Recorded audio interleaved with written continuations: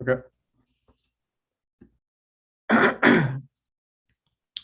Om Namo Bhagavate Vasudevaya. Om Namo Bhagavate Vasudevaya. Om Namo Bhagavate Vasudevaya. Hare Krishna, everyone. We'll be reading from Canto 2, Chapter 1, verse 20. Again, it's Canto 2, Chapter 1, verse 20. So the verse is Rajastamobhyam akshiptam vimudham mana atmanaha yached dhananyaya dhiro hantiya tat kritam malam. The word by word. Raja, the passionate mode of nature. Tamobhyam, as well as by the ignorant mode of material nature. Akshiptam, agitated. Vimudham, bewildered. Mana, the mind.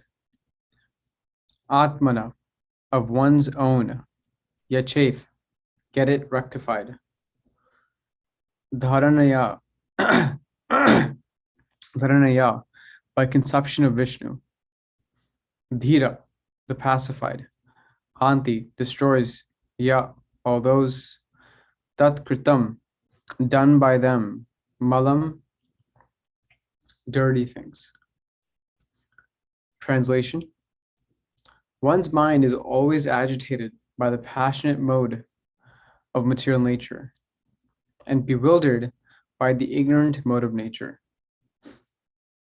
But one can rectify such conceptions by the relation of Vishnu and thus become pacified by cleansing the dirty things created by them. I'll read it one more time. One's mind is always agitated by the passionate mode of material nature and bewildered by the ignorant mode of nature. But one can rectify such conceptions by the relation of Vishnu and thus become pacified by cleansing the dirty things created by them. Purport by Srila Prabhupada. Persons generally conducted by the modes of passion and ignorance cannot be bona fide candidates for being situated in the transcendental stage of God realization. Only persons conducted by the mode of goodness can have the knowledge of the supreme truth. Effects of the modes of passion and ignorance are manifested by too much hankering after wealth and women. And those who are too much after wealth and women can rectify their learnings only by constant remembrance of Vishnu and his feature composed of impersonal potencies. Generally, the impersonalists or monists are influenced by the modes of passion and ignorance. Such impersonalists think of themselves as liberated souls, but they have no knowledge of the transcendental personal feature of the absolute truth. Actually, they're impure in heart on account of being devoid of knowledge of the personal feature of the absolute. In the Bhagavad Gita, it is said that after many hundreds of births, the impersonal philosopher surrenders unto the personality of Godhead. To acquire such a qualification of God realization in the personal feature, the neophyte impersonalist is given a chance to realize the relation of Lord in everything by the philosophy of pantheism. Pantheism, in its higher status, does not permit the student to form an impersonal conception of the absolute truth, but it extends the conception of the absolute truth into the field of the so-called material energy. Everything created by the material energy can be dovetailed with the absolute by an attitude of service, which is the essential part of living energy. The pure devotee of the Lord knows the art of converting everything into its spiritual existence by the service attitude, and only in that devotional way can the theory of pantheism be perfected. Okay. So again, this is Canto 1, Chapter 1, verse 20. Before we get into this verse, some high-level context. So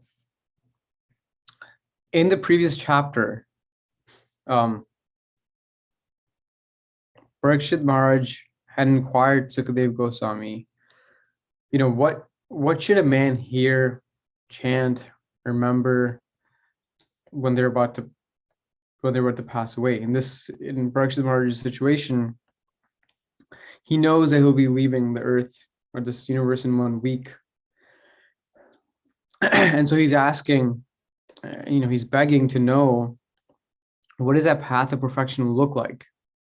What should one do in these last few days? And so then in this chapter, Sukadev Goswami starts responding to that question by describing the various qualities of someone who's about to give up life. And then he says, let me just recite the entire Bhagavatam to you, because that'll answer these questions that you're asking. And that's how, in this chapter officially, Sukadev Goswami starts describing and sort of gets into the formal parts of Bhagavatam. And so this verse, he's specifically talking about these two modes. He uses the word akshiptam, which is the Sanskrit word akshiptam, which means agitated by the passionate mode of material nature. Another meaning of this term, akshiptam, is always being absorbed by. So it's actually a synonym of being agitated, is when you're constantly being absorbed by this mode of material nature. That's how it's described. So one's mind is always agitated or always being absorbed by this passionate mode of material nature. And then he describes the term bewildered for the ignorant mode of nature. So Sukadeva Goswami is saying, one's mind is always agitated by the mode of passion, and one's mind is, or one is always bewildered by the mode of ignorance. And there's a reason why he chooses these two terms specifically. There's a reason why he's describing it this way. And then he goes on to say that, okay, well, these two are the things that can happen to you, but to rectify the situation, you can rectify it by building a relationship with Krishna, and you can become pacified by cleaning the dirty things that are created by these two modes. And so in the purport, Srila Prabhupada, very sort of bluntly or sort of says it that, if someone that's in the mode of passion and ignorance, they can't be bona fide candidates of God realization. And he says the effects of the modes of passion and ignorance are displayed when someone is hankering too much after wealth and women. And then he says only people in the mode of goodness can have this knowledge of the supreme truth. And so people that are in this hankering of wealth and women, to rectify that, you have to have constant remembrance of Vishnu. That's what Prabhupada is describing in the purport. So again, to me, when I was reading this verse, I really found it interesting how Sukadeva Goswami is describing the effects of mode of passion. And again, this term akshiptam, which is being absorbed by mode of passion, and then talks about being bewildered by the mode of ignorance. So I wanted to go a little deeper in these and spend some time talking about the effect of these three modes of material nature. That's effectively what he's talking about in this verse. If you think about it, Krishna spends a lot of time talking about the three modes of material nature in Bhagavatam and in the Bhagavad Gita, right? he spends so much time, especially in the Uddhava Gita section, talking about the modes of material nature. And if you look at all the Vedas that have been combined, there's a lot of sections dedicated to talking about these three modes in their own ways. And so one of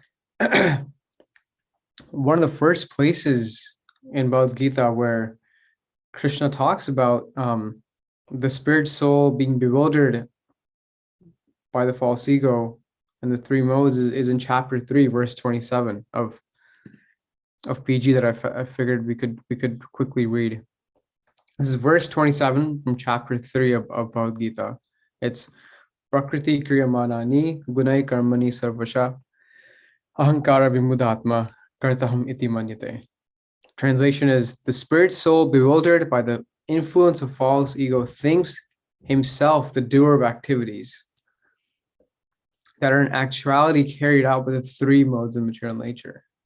Krishna says it, that we think we're carrying out the activities or we're the doer, but it's actually being carried out by the three modes of material nature. He clarifies it right in the beginning of BG. And the Prabhupada says there's two persons, one in Krishna consciousness and the other in material consciousness, working on the same level. May appear to be working on the same platform, but there's a wide gulf of difference in their respective positions. The person in material consciousness is convinced by false ego that he's the doer of everything. He does not know that the mechanism of that body is produced by material nature, which works under the supervision of the Supreme Lord. The materialistic person has no knowledge that ultimately he's under the control of Krishna. The person in false ego takes all credit for doing everything independently, and that is a symptom of his nescience. He does not know that his gross and subtle bodies, the creation of material nature under the order of the Supreme Personality of Godhead, and as such, his bodily and mental activities should be engaged in the service of Krishna and Krishna consciousness. The ignorant man forgets that the Supreme Personality of Godhead is known as Rishikesha, or the master of the senses of the material body. For due to his long misuse of the senses and sense gratification, he's factually bewildered by the false ego, which makes him forget his eternal relationship with Krishna. This is where Krishna establishes that we think we're the doer, but these three modes are actually what's carrying out the material activities.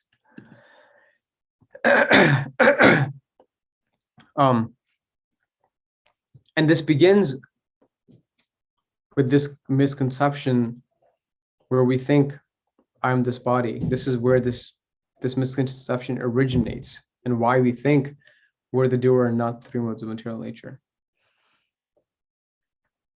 It's said that the moment we forget that the purpose of our life is to serve Krishna and we have to please him, the moment we forget that, that is when we are controlled by these three modes of material nature. So it's not that we have to be controlled by these three modes of material nature, but because we're forgetting that purpose to serve Krishna, that is when those three modes take control. And effectively, this interaction of these three modes is what's making everything happen.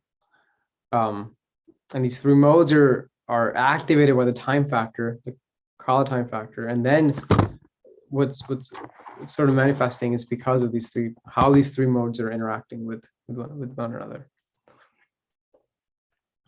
Now, most part of religions, not just Krishna consciousness, is to bring people to the mode of goodness, because from the mode of goodness you can transcend to these to the higher level of Krishna consciousness.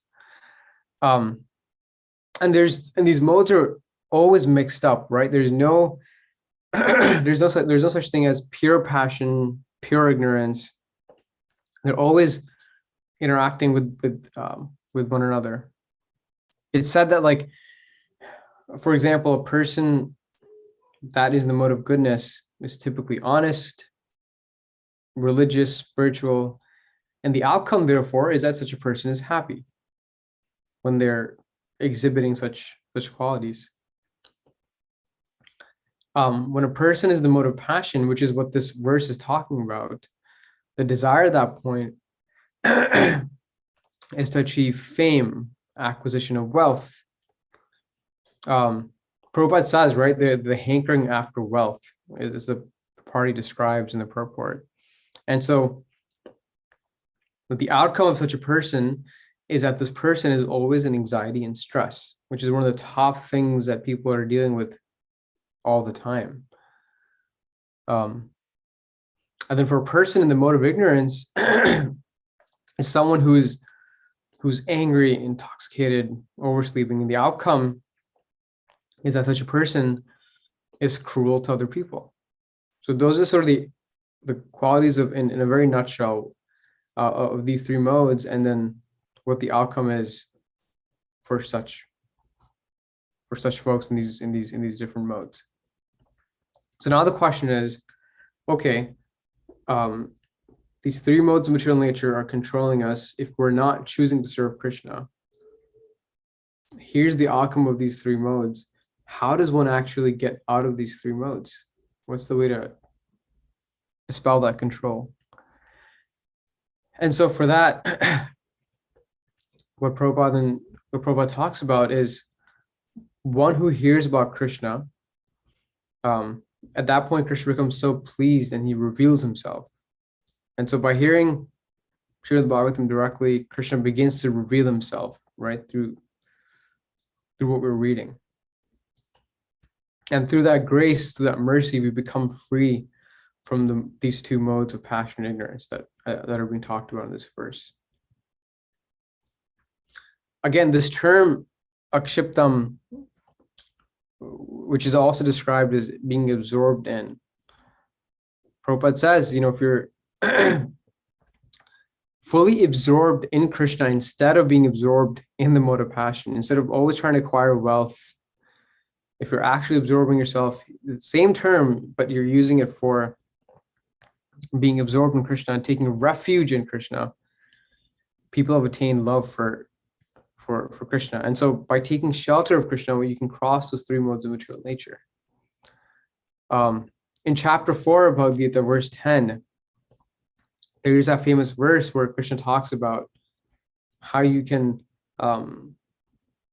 detach yourself from this control of these three modes, right? So the verse is Vitaraga Bhaya Krodha Manmaya Mam Upashrita Bhavo Jnana Tapasa Bhutamad Bhavam Agata. Translation is being freed from attachment, fear, and anger, being fully absorbed in me and taking refuge in me. Many persons in the past became purified by knowledge of me, and thus they all attained transcendental love for me. So here he talks about the three, or the steps you can take to take shelter of Krishna so you can free yourself from these modes of material nature.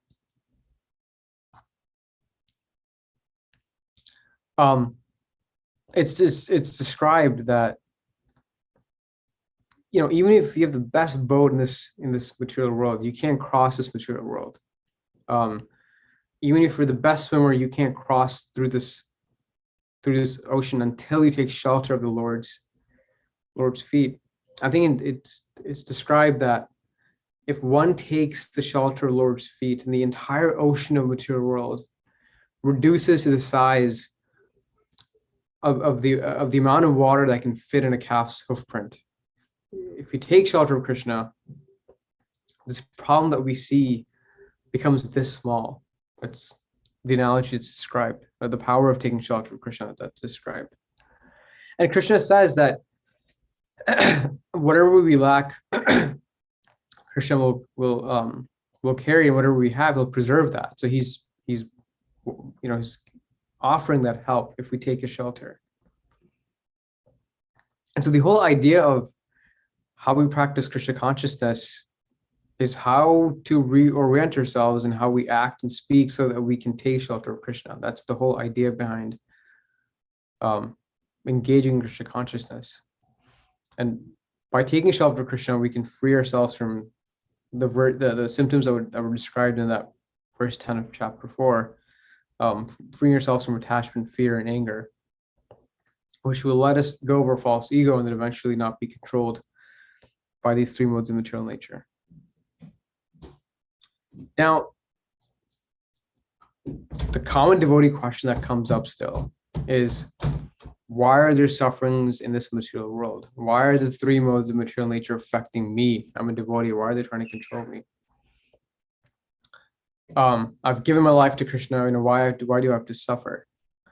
And the simple answer to that is because we're in the material world. There always be sufferings in the material world. That is an inherent quality of the material world. There will be sufferings. In fact, people would say, Satya Yoga and Treta Yoga, those were the best yugas. There was no suffering in those times. But even in Satya Yoga, people suffered. In Satya Yoga, Hiranyakashipu and his brother were there. So in any part of the yoga, there's suffering in this material world. It's how we decide to address it and how we see it. And to this very question, why are there sufferings in this material world, and the fact that there's always suffering, the story of Gajendra and the crocodile is often mentioned. There's always a crocodile ready to attack us. With Gajendra, the crocodile was under the water, right? Gajendra didn't realize that there's a crocodile there. He didn't see the crocodile. And so if we're under the grips of these three modes, we're defeated by the suffering. The story that I'm going to get into of Gajendra and crocodile will be interesting to look at this analogy of the three modes and how he takes himself out of these three modes. So Gajendra the elephant, he goes to the lake, right? And the lake seems very pleasing to him. From an outside view, the lake looks very calm. The water has great temperature. It seems like there's nothing wrong. He didn't see what was under the water. But he goes in. At the least expected time, there's a crocodile who bites him.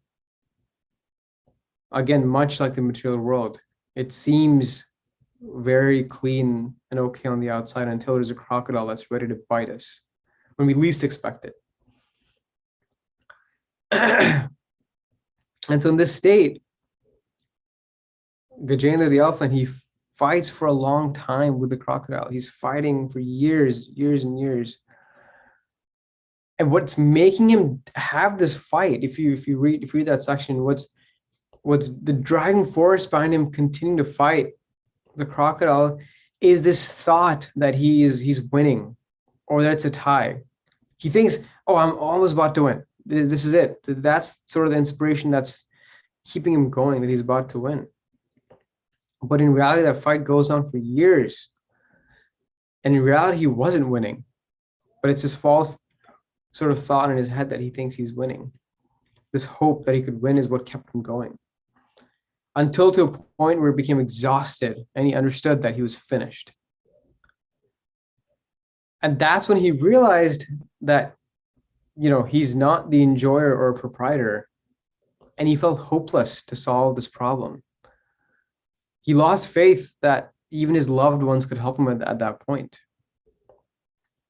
Now, because he had association in his previous life, he finally decided to take shelter, and he offered a lotus flower to Krishna. And just from doing that, he felt happiness and shelter. And that is the moment he freed himself from these three modes of material nature. The moment he realized that him fighting, him being the doer, is not going to cut it. He has to leave it to Krishna to help him out. And after Krishna freed Gajendra, he had no more attachment and fear and anger, these three things that are described in that chapter 4, verse 10 of Bhagavad Gita. that crocodile is described as the grip of the three modes of material nature. If we're choosing to be gripped by these three modes of material nature, there's suffering. But the moment we decide to take shelter of Krishna in this story, he was freed at that point. So it's said that we must have determination. Now it's hard to have it with these three modes dragging us down constantly. And so we have to balance the mode of passion with the mode of goodness. If we don't balance the mode of goodness with devotional service, then we'll always degrade to the mode of passion. And so this question of, why is there suffering in the material world? One way to look at it is to take a look at the sufferings and use them as an impetus to seek shelter from Krishna. And use that as a way to, graduate ourselves from these three modes to seek the shelter and the right level of Krishna consciousness.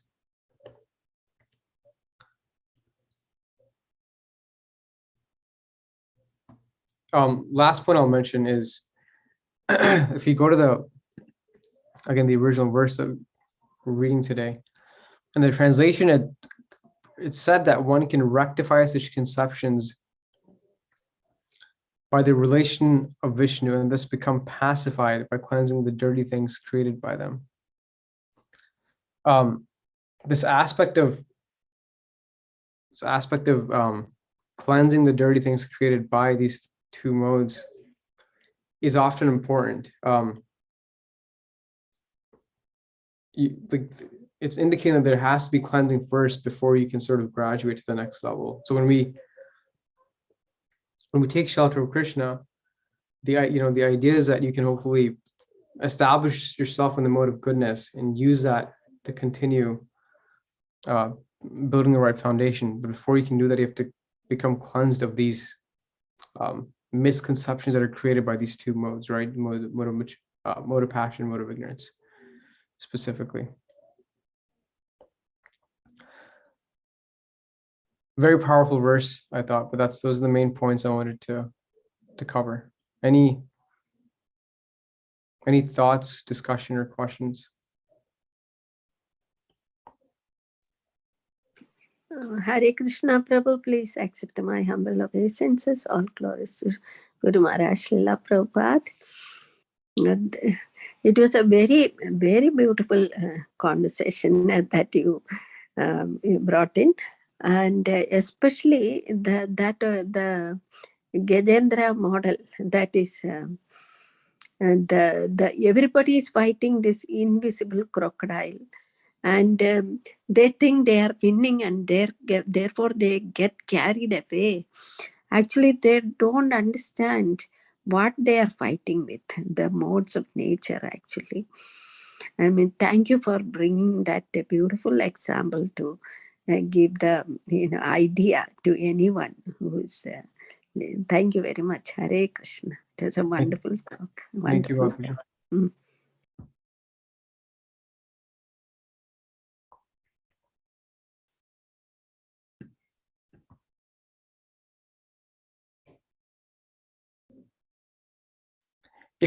If nothing else, I wanted to pose a question to the group, or like a discussion question almost. We were reading the importance of keeping ourselves in the mode of goodness and not hankering after wealth, which is the mode of passion. Now we have a morning sadhana that we all do. We attend the temple when we can for programs. I'm curious if there's any sort of practical tips you all might apply during the day when you're at work or wherever, to remind yourself to pull yourself out of the mode of passion, to stay in the mode of goodness. It's easy during the workday to get dragged into this mentality of acquiring wealth, as Prabhupada was describing. I'm curious if there's any practical considerations one might take to remind yourself to stay in the mode of goodness and not get caught into that.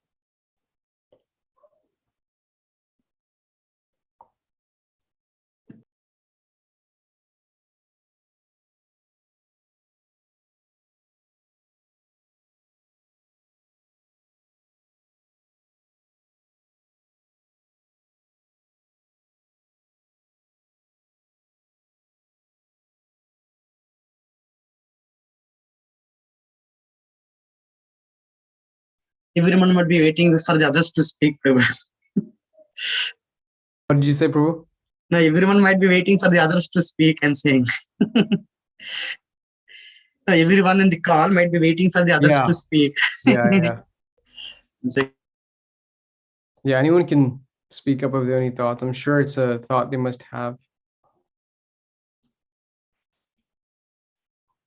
If not, that's fine. We can end it here.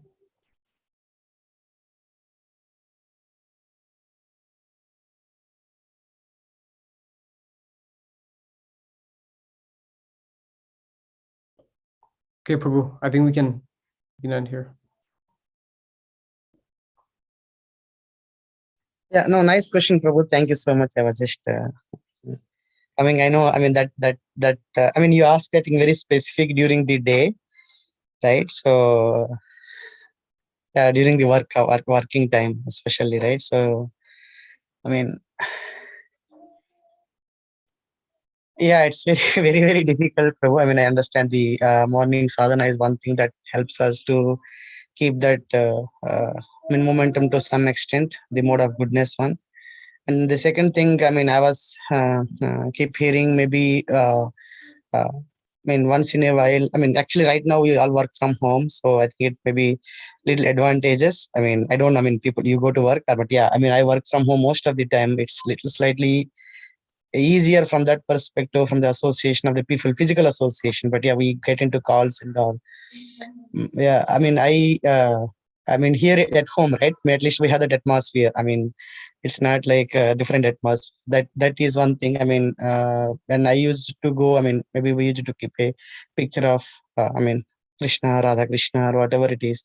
I mean, keep reminding. At least we'll. I mean, and also once in a while, taking breaks and I mean, this is what I was not kind of, I mean, maybe remembering the Lord and then chanting his names whenever it's possible for a minute or two, whatever it is, right, within our mind. That is one. I was thinking, I mean, I was told that we should maybe if possible, whenever devotees does, they read for a couple of minutes, right? So I mean, whenever they get a break. So but yeah, I was not kind of much practicing that. So those are the couple of things, Prabhu. Hare Krishna, Prabhuji. Thank you for the wonderful, talk today, Sunday morning. Very inspiring. I agree with Lingaraja Prabhu. When we used to go to office, what I would do is I would keep a picture of Prabhupada and, Radha Madhav or, Radha Krishna. Whenever possible, when I look up and I see those, I would be reminded. And then what I would do is during lunch or other periods, I would take my beat bag downstairs, go for a walk and come back. However, in spite of doing all of that, while you're in the heat of the movement,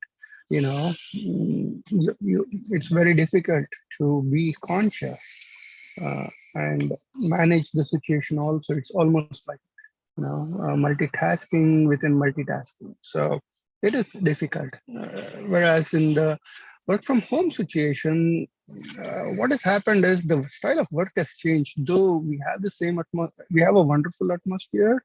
I do have the pictures of the DTs and other things around me. The problem is meetings stretch from 8 in the morning till almost 6 or 7 in the evening, and you're jumping from one to the other without even bio breaks and lunch breaks and stuff like that. So it's become much more difficult actually. So, like you asked, it would be nice if somebody can share some good tips on how to manage that. Thank you, Prabhuji. Thank you both for sharing your point of views there. It's amazing for people that can actually take a break during the day and even look at whether it's a picture of Prabhupada or chant for a few minutes and actually be able to focus your mind. It's great for those folks that can do that. But yeah, I was thinking, and by the way, I don't even mean for people that are just working. In general, whatever you might be doing during the day, right? They say that during the days when you're in the mode of passion, generally, when you're trying to get things done or be in this mode of acquiring wealth, it's, I think what you described, it's being in the heat of the moment where you forget the real purpose, and and basically that affects your mood and how you act in meetings or how you act in your day-to-day. Like, mode of passion isn't just affecting the things that you're doing, but it affects your personality and the mood with which how you're doing things. And so that's where I was wondering, yeah, are folks able to take a step back and remind themselves, hey, because of I'm in the mode of passion, this is why I'm acting this way and not enacting the way I should be acting, right? And how I should be coming across with my coworkers or my family at home during this daytime. So it's tough, it's challenging, but yeah. Yeah, Prabhuji, you know, like you took the example of Gajendra, you know, like it took 1,000 celestial years for Gajendra to realize, you know, that he's in the heat and he has to get out of the heat to, you know, get out of that situation. It's almost like that, you know, like post the fact, you know, when I'm going back on the events of the day and stuff like that, then it comes, oh man, I should probably have reacted in a different way. Not that I Yeah, reacted in a exactly. bad way, you Yeah. know, not that I did it in a bad way, you know, it's perfectly okay, but still doing it in that proper Krishna conscious way, you know, is not only benefiting spiritually, but also, you know, it shows that you have this capability of leadership in the material world, you know, where people look up to you, you know. So again, there is passion in that part of it, you know, when I say those things, but everyone is looking to grow in career or keep the job and stuff like that. So yeah, you know, like that extra minute or extra pause of a moment and then reminding ourselves would be so wonderful, but you know, don't know how to do that. Yeah, no. Thank you for sharing. Hare Krishna, Akhanda Nama, Prabhu. Thank you so much. I Hare was Krishna. Yeah. I was thinking that to be thoughtful itself is it's a great what to say. To be thoughtful is better than not being thinking at all. So at least for ordinary people like us, just because we did come across this practice of Krishna consciousness,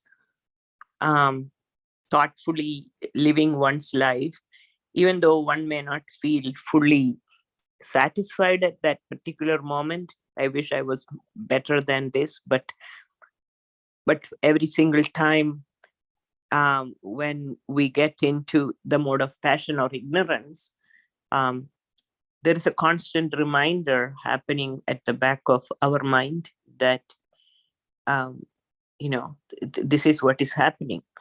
And because of that practice, there is always hope that at some point of time, one will refine oneself and get to the point of fully come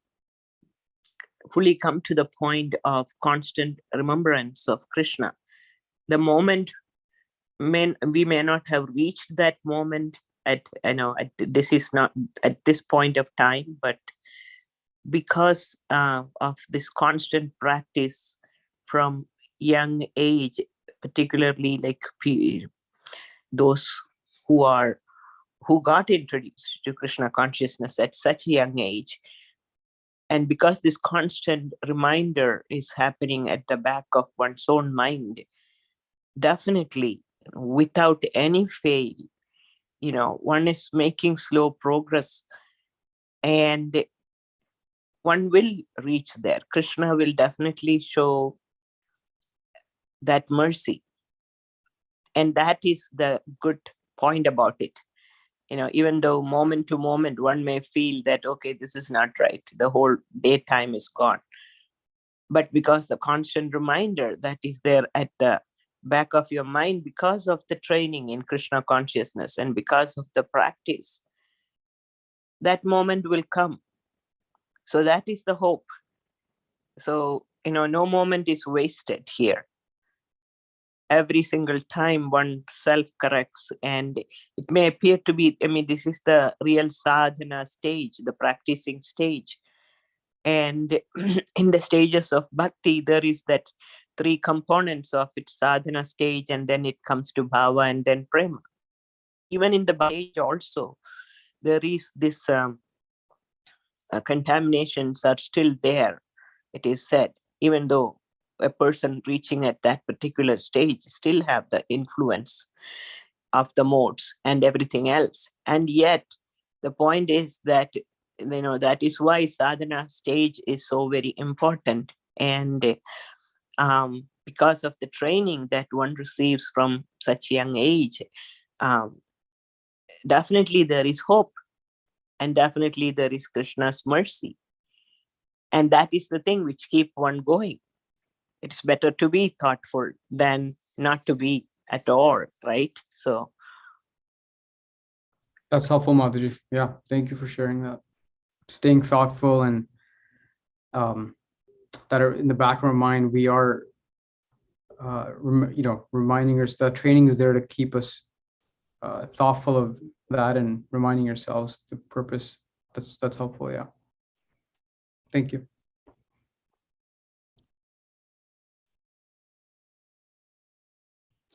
Hare Krishna, Akhanda Nama. Hare Krishna, Prabhu. I completely agree with what Premananda Mataji just shared. That's been my personal experience.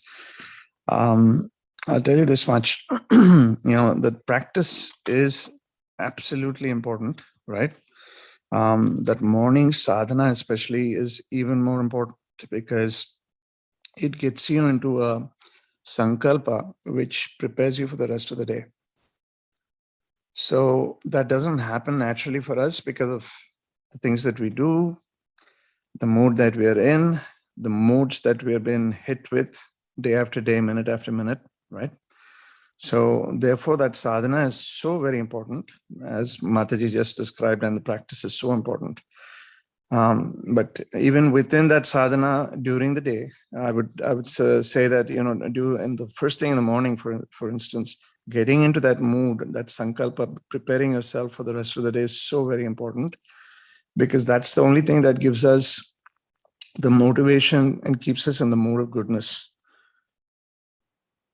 Keeping ourselves in the mode of goodness is key, because mode of passion is very easy for us to get into. We slip into that without even knowing. So consciously trying to stay in the mode of goodness is what we need to strive for. And that initially will be very, very artificial, very superficial. It'll be kind of an unnatural capability that we're trying to achieve. But through sadhana, through sankalpa, it's very, very, it is possible, but again, keep in mind, it's a journey, right? So that's one part of it. The second part of it is having, again, this I can only speak for myself. It's different for different people. But after being in the workforce for 32, 33 years now, those days of, trying to achieve and overachieve and being a part of, an ambition that everyone has either imposed on you or you imposed on yourself, that is slowly going to, you'll see that with time, that will actually start falling by the wayside. It's not as important. It's important to a certain point that you want to sustain, maintain your prescribed duties, and do it in a way that you don't have that financial, the cloud or that liability looming over your head.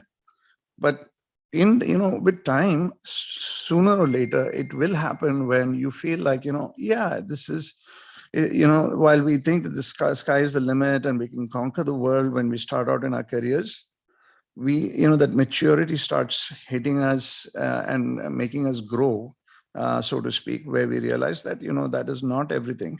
And there's a much bigger picture, much bigger challenge that we need to solve for ourselves, which is really understanding the true purpose of our life. And that realization is something that you cannot read and just get. It has to happen. It'll start growing on you, with time. And so that realization is something that we cannot expedite, we cannot superimpose and do it superficially. And also life's lessons start teaching us. So for some people, it may happen within the first few years. For some people, it may not even happen even after 30, 40 years of being in the workforce. But that's where the association of devotees, constantly hearing from the Srimad Bhagavatam, hearing from the pure devotee, being in that cultivation is so very important, because that cultivation is what's going to keep us on the track. Our prayer should be, just keep me on track, dear Krishna, and also help me do my work, whatever I'm doing, help me do it as a service to you. It's not for myself. That cultivation has to happen, all the time, every time, whenever you can remember. And sooner or later, that cultivation will help us, get through and transcend, get to a point where we can actually start moving beyond the modes of passion. Because the modes of passion are not getting any easier. Those are going to get tougher and tougher with every passing day, as we've seen it. And I can tell you, what was 30 years ago and what I'm seeing now are two, drastically different. It's only gotten worse. Yeah. That makes sense. I mean, the aspect of practice, right? Sadhana sets the tone for the day. And, I think what you were saying is that over time, it naturally hits you. You start to realize the greater purpose of life than just shooting for the stars. And that practicality starts to hit in you, and you start to change your perspective, right? On and trying to staying in the mode of goodness. So that's helpful. Yeah. And take the example of Arjuna, right? At the start of the battle, poor Arjuna was completely confused. He was a great warrior, but he was, so confused. But everything changed. And think about this. It's like the battlefield that we are in, only, 10 million times more, because it's a question of life and death every minute, right? What Arjuna was facing. But then the moment he actually surrendered and understood who Krishna was, it changed the whole equation. A lifetime up until then, playing with him, being his relative, spending several moments very casually and formally was one thing. Arjuna never realized who Krishna really, really was until Krishna revealed himself. And then after that, everything changed, right? The whole equation changed.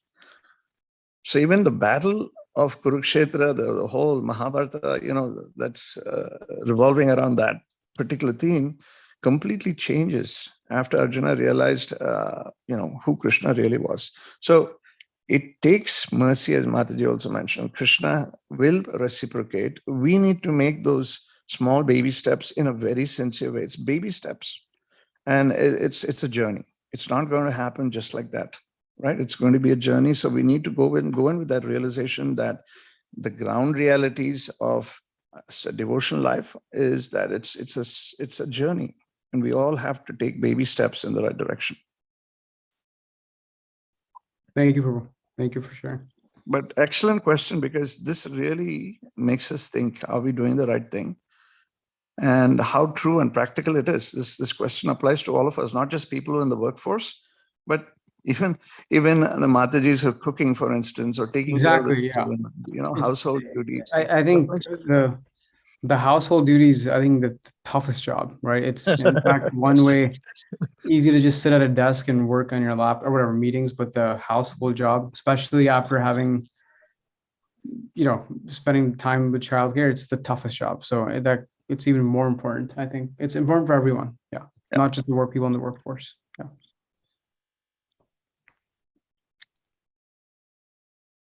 So thank you for bringing that up.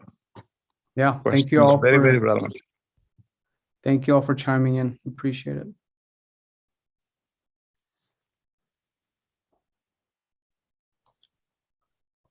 Okay, everyone. Thank you. Have a great Krishna conscious day ahead. Take care. Hare Krishna. Hare Krishna, Prabhuji. Thank you so much.